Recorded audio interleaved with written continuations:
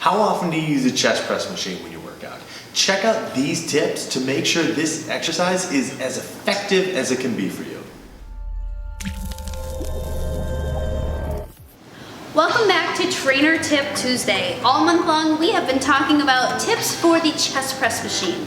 Today, we are going to give you a cue to help change your intention when you exercise. What this is going to allow you to do is get more quality reps in at the end of your set when you're pretty fatigued.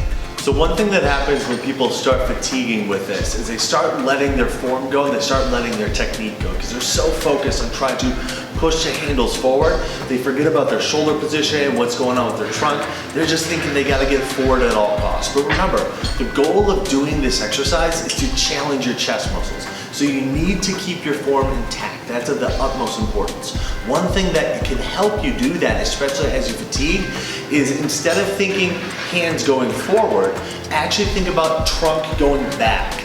And that's gonna help you keep your trunk position intact. That's going to help you keep your shoulder position intact.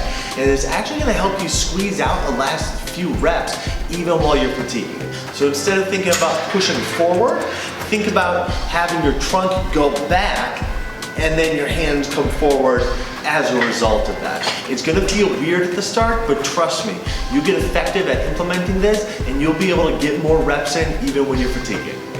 Try out this tip next time you're in the gym working on the chest press machine to get in those last few quality reps.